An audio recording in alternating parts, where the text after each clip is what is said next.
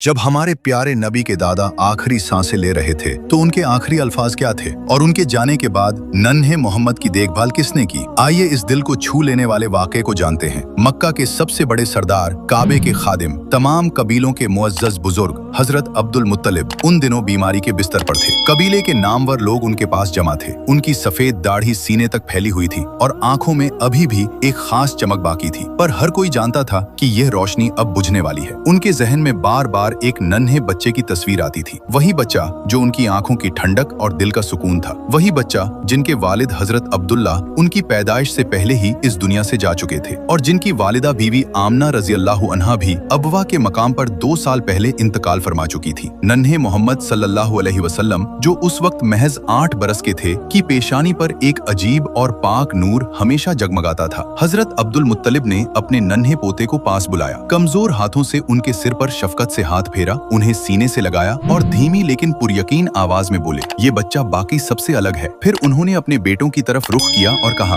ध्यान से सुनो, इस बच्चे की हिफाजत अब तुम सबकी सबसे बड़ी जिम्मेदारी है और मैं यह अमानत अपने बेटे अबू तालिब के हवाले करता हूँ। यह अल्फाज सुनते ही हजरत अबू तालिब की आंखें भर आईं। वे खुद तंगी की जिंदगी बसर करते थे, घर में माल दौलत की फिक्र रहती थी, मगर उनका दिल बहुत कुशादा था। उन्होंने अपने वालिद से अर्ज किया, अब्बा जान, आप बिल्कुल फिक्र न करें, मैं इस बच्चे की हिफाजत अपनी जान से भी बढ़कर करूंगा। कुछ ही रोज बाद वो लम्हा आ पहुंचा जिसका डर सभी को था। हजरत अब्दुल मुत्तलिब इस दुनिया से पर्दा फरमा गए। पूरे मक्के में सोग छा गया, मगर सबसे गहरा दर्द था नन्हे मोहम्मद सल्लल्लाहु अलैहि वसल्लम के दिल में। पहले अम्मी का साया उठा, अब दादा जान भी चले गए। आंखों से आंसू बह रहे थे, मगर दिल में एक ऐसा सब्र था जो किसी आम बच्चे में नहीं होता। कोई दूसरा होता तो बिलख बिलख कर रोता, मगर आप सल्लल्लाहु अलैहि वसल्लम खामोश थे। निगाहें आसमान की तरफ उठी हुई, जैसे उस ऊपर वाले से सुकून मिल रहा हो। अल्लाह ताला ने अपने महबूब नबी को यह तकलीफें इसलिए दिखाईं ताकि पूरी उम्मत को सब्र, तवक्कुल और यकीन का असली सबक मिले। उस दिन के बाद हजरत अबू तालिब ने नन्हे मोहम्मद सल्लल्लाहु अलैहि वसल्लम को